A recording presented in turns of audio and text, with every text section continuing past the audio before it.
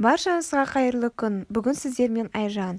Бүгін сіздерге булочки рогаликилеріңізді осылай қайнап тұрған суға 10 минутта дайындап алудың құпия сырларымен бөлісетін боламын. Міндетті түрде дәл осы рецептпен жасап көріңіздер. Булочки рогаликилеріңіз өте дәмді әрі видеода көріп тұрғандарыңыздай жұп-жұмсақ, қатпарлы болып шығады. Міндетті түрде осы рецептпен дайындап көрулеріңізді сұраймын. Менің каналыма тіркелмеген болсаңыз, каналыма тіркеліп, жанында тұрған қоңырау белгісін басып кетулеріңізді сұраймын. Мінекей видеода көріп тұрғандарыңыздай өте дәмді әрі жұп-жұмсақ болып піседі. Бізге керекті ингредиенттер ең алдымен жылы сүтімізге тұзымызды және де қантымызды қосып, біздің қантымыз бен тұзымыз ерігенше барлығын жақсылап араластырып алатын боламыз. Біздің сүтіміз міндетті түрде жылы болуы тиіс. Содан соң електен я болмаса ситадан өткізілген ұнымыздың ортасын осы лопатканың көмегімен ашып, оның үстіне ашытқыны, яғни дрожжіні қосып, содан соң оның үстіне жылы сүтімізді құйып аламыз. Одан соң барлығын жақсылап қасықтың көмегімен жұмсақ қамыр елейтін боламыз. Біздің қамырымыздың басы біріккенше ең алдымен қасықпен елеп, осылай қасықтың көмегімен араластырамыз да, содан соң қолдың көмегіне жүгініп жұмсақ қамыр елейтін боламыз. Мінекей осындай жұмсақ қамыр елеп алдық. Содан соң бір ас қасықтай шамамен майымызды, сары майымызды алып, барлығын осылай видеода көрсетілгенде сары майымызды осы қамырымыздың үстіне жағатын боламыз. Біздің майымыз міндетті түрде бөлме температурасында болуы тиіс. Сонда майымыз оңай жағылатын болады. Мінекей барлығын осылай видеода көріп тұрғандарыңыздай жақсылап біздің қамырымыздың үстіне жағатын боламыз. Мінекей барлығын жағып алдық. Содан соң салафанға кигізіп, біздің қамырымызды ашытуға жібереміз. Шамамен 30-40 минутқа жылы жерге біздің қамырымыз ашығанша қоямыз. Сол мезетте жылы суымызға бір ас қасық қантымызды қосып, жақсылап суымызды қайнататын боламыз. Мінекей шамамен 30-40 минуттай менің қамырым тұрды. Барлық қамырым ашып шықты. Содан соң оны осылай сопақша етіп жайып, оны 4 бірдей бөлікке бөлетін боламыз. Міндетті түрде біздің бөлген бөліктеріміз бірдей болуы тиіс.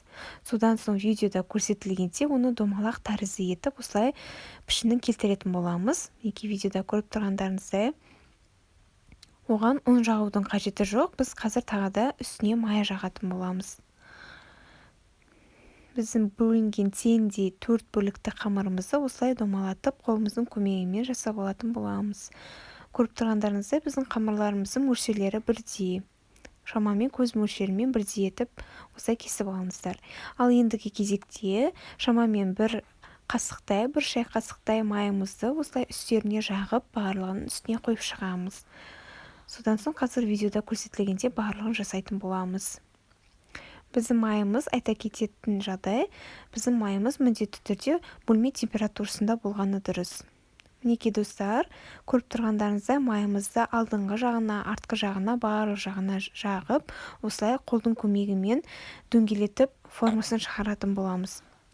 Әзірше біз оқтауды пайдаланбаймыз, осылай екі саусағымыздың көмегімен осылай жай ғана доңғалақ кішкентай форманы шығарып аламыз. Осылай барлығын біздер 4 қамырымызды барлығын осылай жасап шығатын боламыз. Мінекей достар, көріп тұрғандарыңыздай, егер де сіздердің майларыңыз бөлме температурасында болатын болса, біздің майымыз оңай әрі жеңіл жағылады. Осылай біздер қамырларымызды бірінің үстіне бірін қойып, жақсылап дөңгелек формасын жасайтын боламыз. Мінекей енді үшінші бөлігін жасаймыз. Дәл солай қамырымызды үстіне астыңғы жағына біздің сары майымызды жағып, жақсылап барлығын төсеп шығатын боламыз. Содан соң осы қамырымыздың үстіне тағы да осылай үшінші бөлігін жаятын боламыз. Айта кететін жағдай, біздің сары майымыз шама келсе 60-80% болғаны жақсы. Сол кезде біздің рогаликилеріміз өте дәмді әрі жұмсақ болып шығуына ықпал тигізеді. Мінекей достар, бізде 4 бөлігінде осылай жайып алдық жақсылап.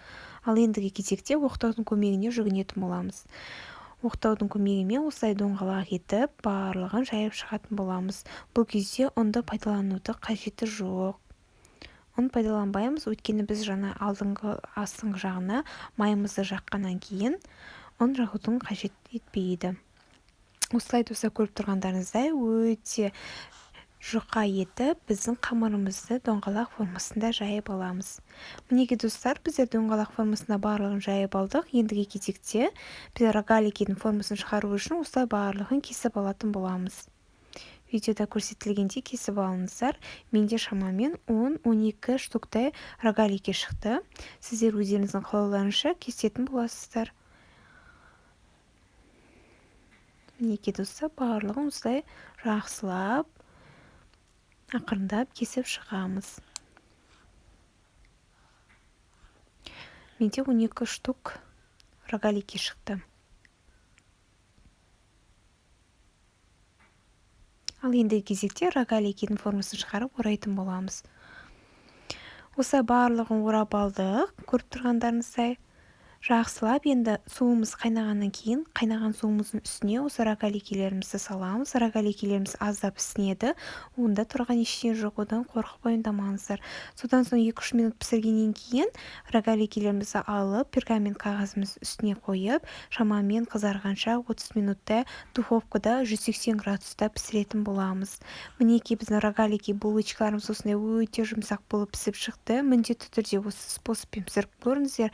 Сіздердің уақыттарыңыз экономдайтын бірден-бір керемет способтардың бір түрі деп айта аламын. Өте керемет болып шығады.